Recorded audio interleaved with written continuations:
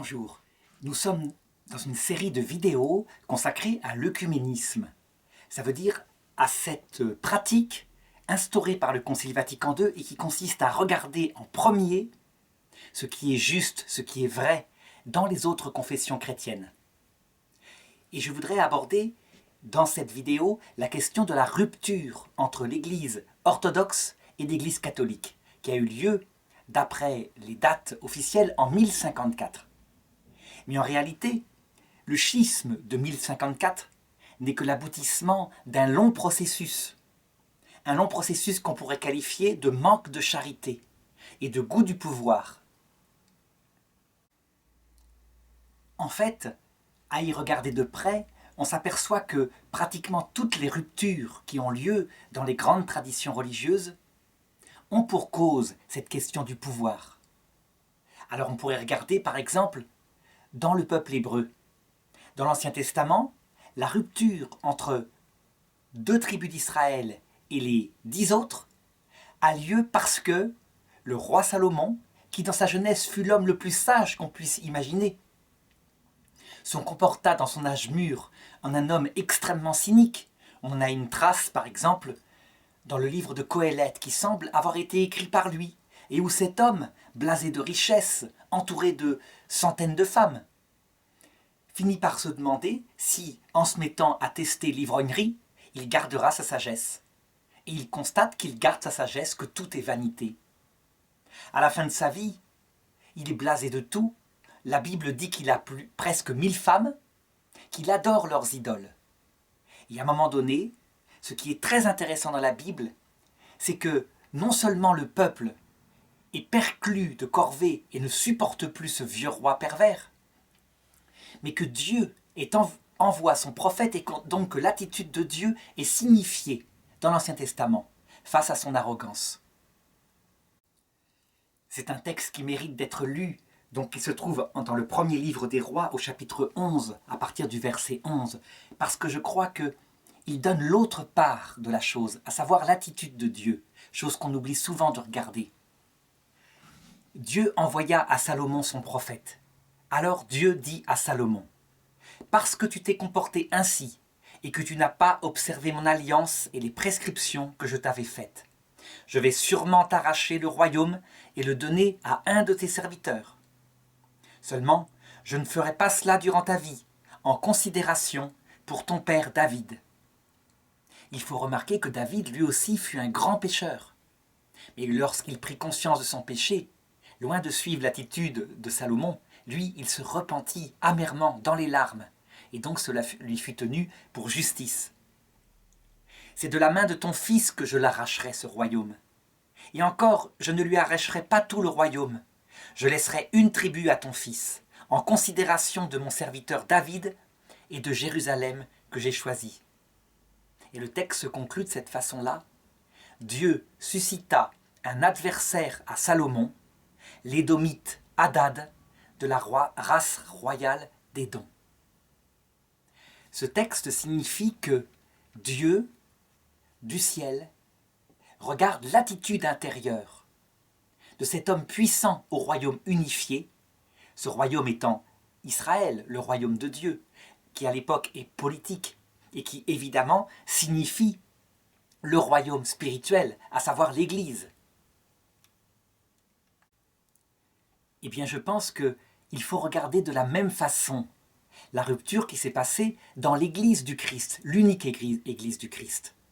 À savoir que Dieu l'a suscité parce qu'il y avait des causes humaines profondes et qu'il valait mieux cette division qu'une unité orgueilleuse. En fait, le conflit, il n'est pas d'abord théologique, comme je le disais. Il date, je dirais, de l'Empire. À savoir que dès Constantin, dès que l'Empire romain devient chrétien, il y a, on peut dire, 2 lieux où il se réalise. Il y a la partie occidentale, centrée autour de Rome, qui est latine, et la partie orientale, centrée autour de Constantinople, mais aussi d'Alexandrie, qui est grecque. Et déjà à l'époque, on ne se comprend pas. En fait, il y a des manières de faire qui sont différentes. La partie latine, par exemple, les prêtres sont imberbes, ils se rasent. La partie grecque, les prêtres ont une barbe, une grande barbe, et la tradition est restée jusqu'à maintenant. Ça paraît quelque chose de secondaire, mais c'est un signe qu'il y a dans les vêtements même une différence. Évidemment, comme on a affaire à des hommes intelligents, on ne va pas se battre pour ces problèmes d'habillement, loin de là. Mais les choses vont cristalliser sur des conflits de juridiction, ça veut dire de pouvoir, qui a le pouvoir, et enfin, parce qu'il faut se donner une raison profonde, sur des conflits théologiques. Donc d'abord sur des conflits de juridiction. Au début de l'Église, les papes sont les successeurs de Pierre, ils le sont toujours maintenant, mais Pierre, il est dans le souvenir de chaque pape. À savoir que Pierre, dans sa vie, plusieurs fois, il a trahi le Christ. Il l'a trahi à la croix et ça l'a profondément bouleversé. Il s'y attendait pas. Il avait décidé de mourir pour le Christ. Et parce que le Christ l'a déstabilisé en lui disant de rentrer son épée, eh bien devant une servante, une simple servante, il a dit qu'il ne le connaissait pas, comme l'avait annoncé le Christ. Ça l'a donc traumatisé, et toute sa vie, il a eu plutôt tendance à se mettre en retrait. Dieu a donc suscité auprès de lui quelqu'un qui n'avait pas trahi, qui était une intelligence, à savoir Saint Paul, et qui l'a aidé à structurer l'Église, tout en reconnaissant son rôle de colonne dans l'Église. Donc au Concile de Jérusalem, c'est Pierre qui prend la parole, il y a une collégialité, et c'est Pierre qui ensuite, on pourrait dire, ratifie les décisions du Concile. Ça restera jusqu'à la fin de sa vie.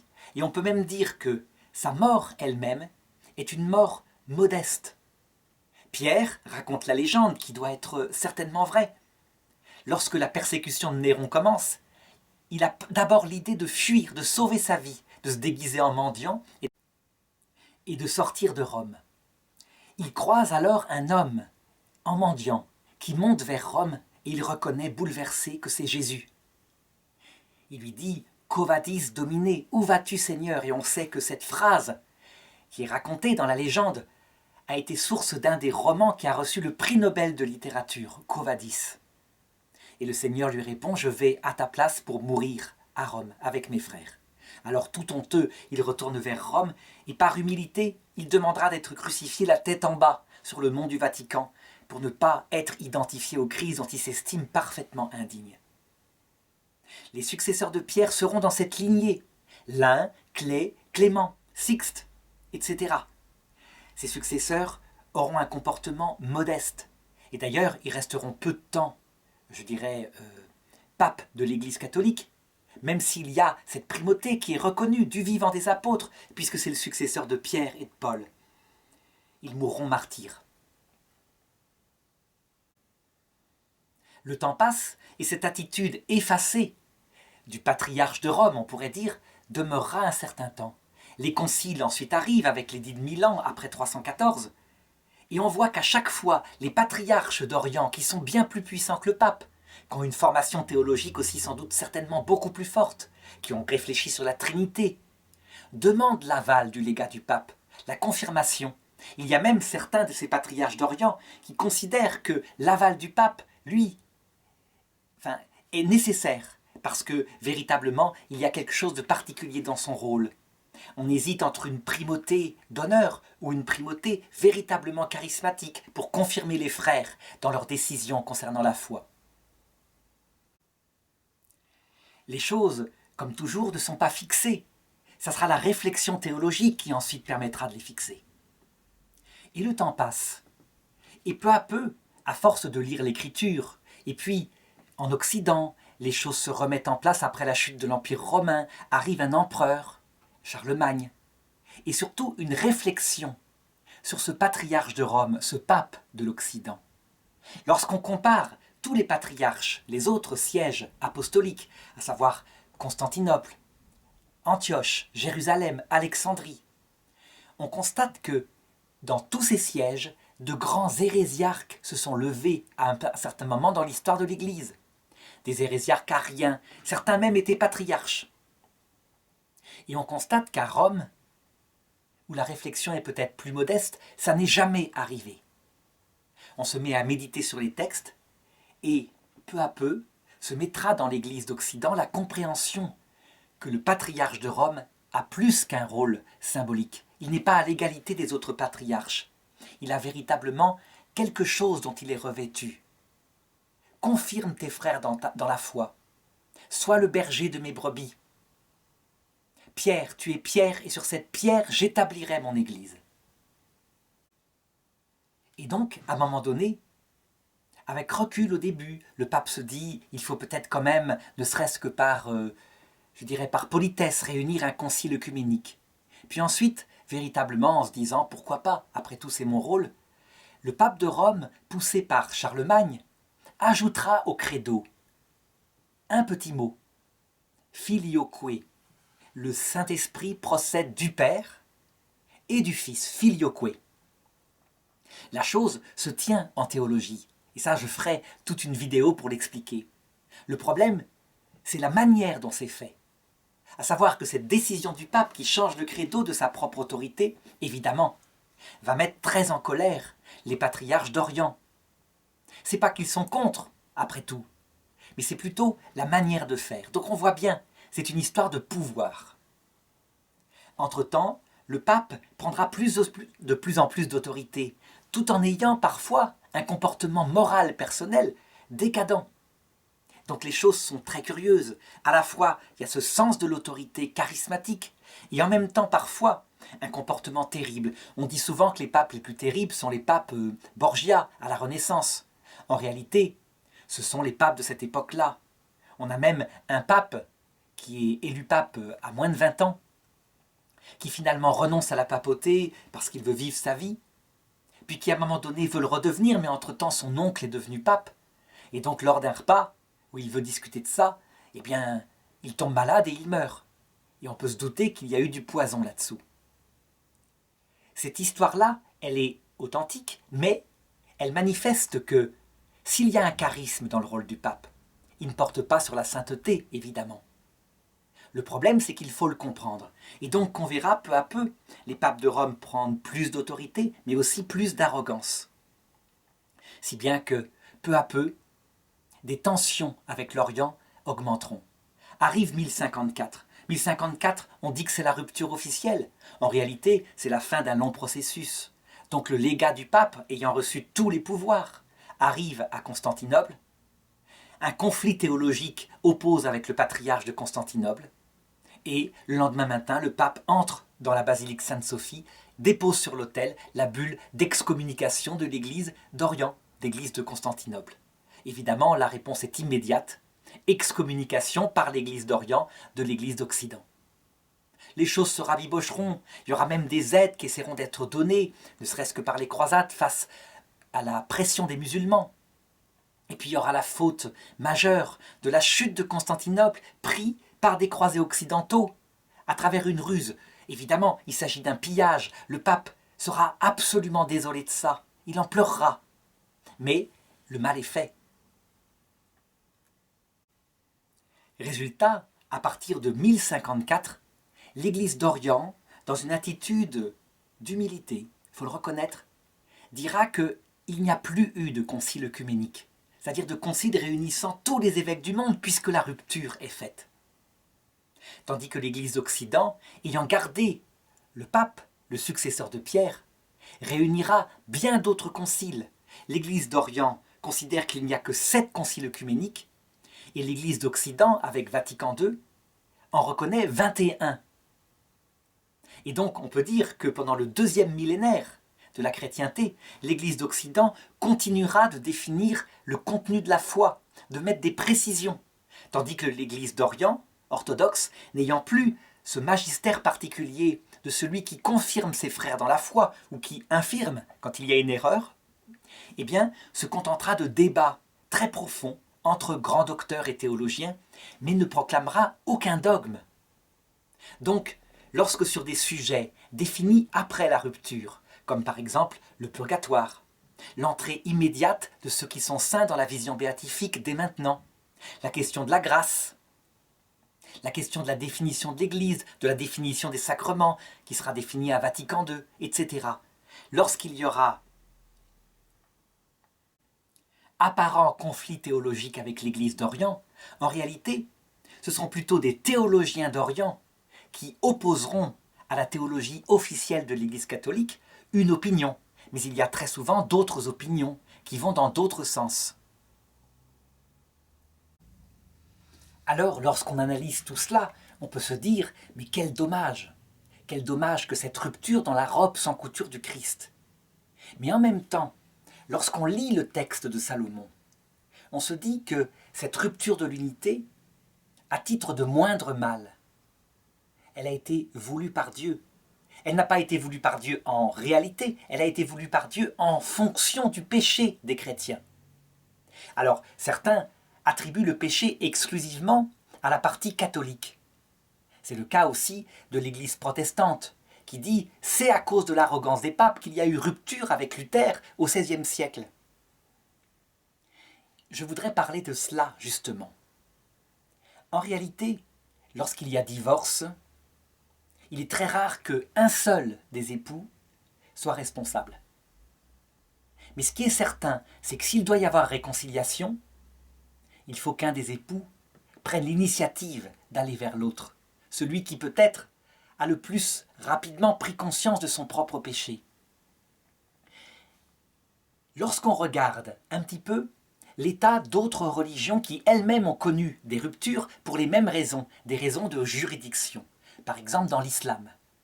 L'islam, qui est créé dans le premier millénaire, très vite, après la mort de Mohammed, conquiert tout l'Orient, ou une grande partie de l'Orient chrétien, va jusqu'en Espagne. Rien ne semble pouvoir résister aux armées de Mohammed. Résultat, les successeurs de Mohammed, comme c'est normal, c'est dans l'être humain, se disent qu'il y a une telle bénédiction de Dieu que véritablement ils sont la vraie religion et que la conquête du monde entier arrivera bientôt. Donc il se développe de la même façon une certitude d'avoir la vérité, et c'est normal, c'est la foi musulmane de croire qu'elle a la vérité, c'est la foi de toute religion, sinon il n'y aurait plus de foi. Mais qui s'accompagne d'une grande arrogance personnelle des hommes de pouvoir. Et donc très vite, je dirais juste après la mort de Mohammed, des conflits entre les autorités se mettent en place. Certains disent que le dirigeant de l'islam doit être un membre de la famille de Mohammed, pourquoi pas son neveu Ali, et d'autres disent que non, ça doit être quelqu'un qui est sage, qui a compris parfaitement le Coran et qui le met en place. Résultat, il y aura dans ce conflit une violence extrême, et on peut dire que les premiers imams seront tous assassinés d'une façon ou d'une autre. On sait comment Ali, qui est considéré chez les chiites comme leur père spirituel, comme un prophète, a été massacré. Et comment est-ce que le chiisme, qui tient à peu près 10% de l'islam, commémore chaque année son martyre, avec de longues cérémonies où on peut se fouetter pour se souvenir de cette chose-là. Du côté sunnite, qui représente plus de 80% des musulmans, il y a une certitude arrogante que les chiites sont des hérétiques et que tout ce qui se passe, ne serait-ce que l'islamisme, c'est pas étonnant que ce soit chez eux. C'est en tout cas ce que disent très souvent les sunnites quand on leur parle de ce qui se passe en Iran actuellement, au XXIe siècle. En réalité, lorsqu'on regarde bien les choses, l'islamisme fanatique, il est aussi bien chez les chiites que chez les sunnites, que ce sont des religions absolument sœurs, identiques, sauf petit problème d'autorité. Mais que la réconciliation, elle n'est pas prête d'être faite, puisque chacun prétend que l'autre a toutes les fautes. Et que ça se traduit par des meurtres, des assassinats perpétuels jusqu'à maintenant. Lorsqu'on compare cela à l'Occident, à la rupture dans l'Église catholique, eh bien on se dit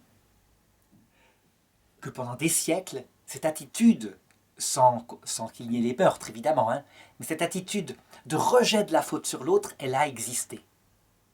Jusqu'à l'an 2000, où le pape Jean-Paul II, pour la première fois, donc après tout de même des tentatives, comme Paul VI et le patriarche Athénagoras, donc patriarche des églises orthodoxes, qui, dans les années 1960, ont levé les excommunications réciproques qui avaient été portées en 1054.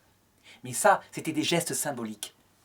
Plus profondément, en l'an 2000, le pape Jean-Paul II a tenu à mettre sur la table l'histoire de l'Église catholique, l'histoire de l'Église latine, et en particulier cette rupture avec les orthodoxes.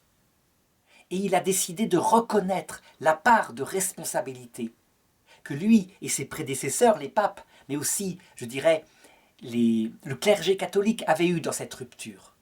L'attitude d'arrogance, l'attitude de s'appuyer sur un charisme particulier de la vérité pour l'imposer sans délicatesse à l'autre, etc.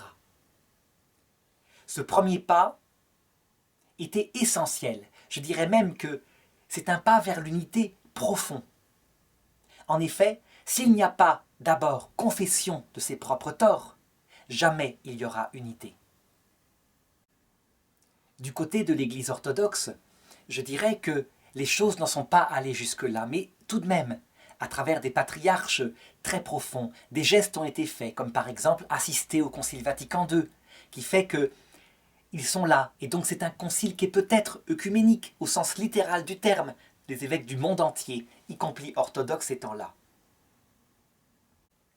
Seulement, il faut bien se rendre compte que par exemple dans les parties bulgares, roumaines de l'orthodoxie, où s'ajoutent à cela des conflits qui ont fait des morts, un peu comme en islam j'en parlais tout à l'heure, à savoir par exemple pendant la Seconde Guerre mondiale, les Croates, les Serbes orthodoxes, les Croates catholiques, et ça a continué avec la guerre des Balkans. Eh bien, il y a un vrai, je dirais, contentieux, avec des morts, des souvenirs de cela, et donc une volonté absolue de ne pas faire l'unité. Ce n'est pas possible, ce sont les ennemis héréditaires. Donc devant une telle sensibilité qui touche les fidèles eux-mêmes, eh bien, il faut penser ceci. Il faudra encore beaucoup de temps, beaucoup de patience, de chemin réciproque de repentir et d'humilité, de reconnaissance de ses torts, pour que peut-être un jour l'unité se fasse.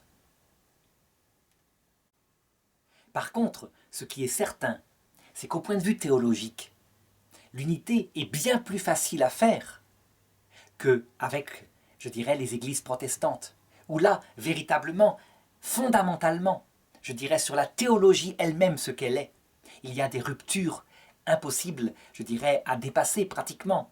Est-ce que la source est la foi, et l'écriture seule, comme le disent les protestants unanimement, ou est-ce qu'il faut aussi la tradition et le rôle du magistère? Dans l'Église orthodoxe, je dirais qu'il y a plusieurs problèmes théologiques qui se poseront. La question du filioque, je ferai une petite vidéo après, mais surtout la question de la théologie fondamentale et du rôle du magistère de Pierre. C'est là-dessus essentiellement que tout se pose. Le reste, à savoir les conséquences des décisions prises par les conciles œcuméniques occidentaux après la rupture, eh bien, seront réglées si le magistère de Pierre est reconnu comme ayant un rôle particulier. S'il n'est pas reconnu, évidemment, tous les problèmes théologiques resteront des problèmes. En effet, comment être sûr que le purgatoire existe ou que les saints qui sont prêts vont maintenant directement au ciel, dans la vision béatifique, s'il n'y a pas la confiance dans un charisme qui tranche? Donc on voit bien, c'est là-dessus que se posera la question en premier. Du côté de Dieu, l'unité, elle est quelque chose qui certainement est profondément souhaitable. On le voit avec l'histoire de Salomon. Seulement, du côté de Dieu, ce qui est davantage souhaitable que cette unité qui présente un risque, le risque de la tour de Babel, qui a été manifestée dans l'Église tout au long de son histoire. Elle est tellement puissante qu'elle se croit tout permis à travers ses autorités. Et bien du côté de Dieu, l'unité ne se fera peut-être pas. Peut-être Dieu n'aura-t-il pas envie de la permettre avant l'entrée, je dirais, dans l'autre monde, avant le retour du Christ, à l'heure de la mort, où là, évidemment, tout sera unifié autour de lui, parce que nous le verrons. Lorsqu'on regarde la manière dont le peuple hébreu s'est unifié à la fin, donc avant la venue de Jésus, eh bien, on constate que ça ne s'est pas fait facilement. Lorsque la rupture avec le roi Salomon, après la mort du roi Salomon, s'est faite, donc 10 tribus d'un côté, 2 de l'autre, en fait, il y a la tribu de David, la tribu de Juda, donc, et d'autre part, les prêtres, les Cohen, qui sont restés unis avec Jérusalem, eh bien, cette unité s'est faite dans la douleur. lorsque Nabuchodonosor, quelques siècles plus tard, a persécuté le peuple de Dieu, donc Israël, il a commencé par déporter toutes les tribus du royaume d'Israël. Ça veut dire les 10 tribus séparées. Et ces 10 tribus, eh bien, elles ont fondu, elles se sont adaptées à Babylone et elles ont disparu, devenant un avec le peuple mésopotamien de l'époque. Voyant cela, lorsque la déportation des 2 tribus de Juda a eu lieu, eh bien les prêtres du temple et les légistes ont instauré une loi pour permettre que ça n'arrive pas. Et donc au retour de ce peuple, 70 ans plus tard, à Jérusalem,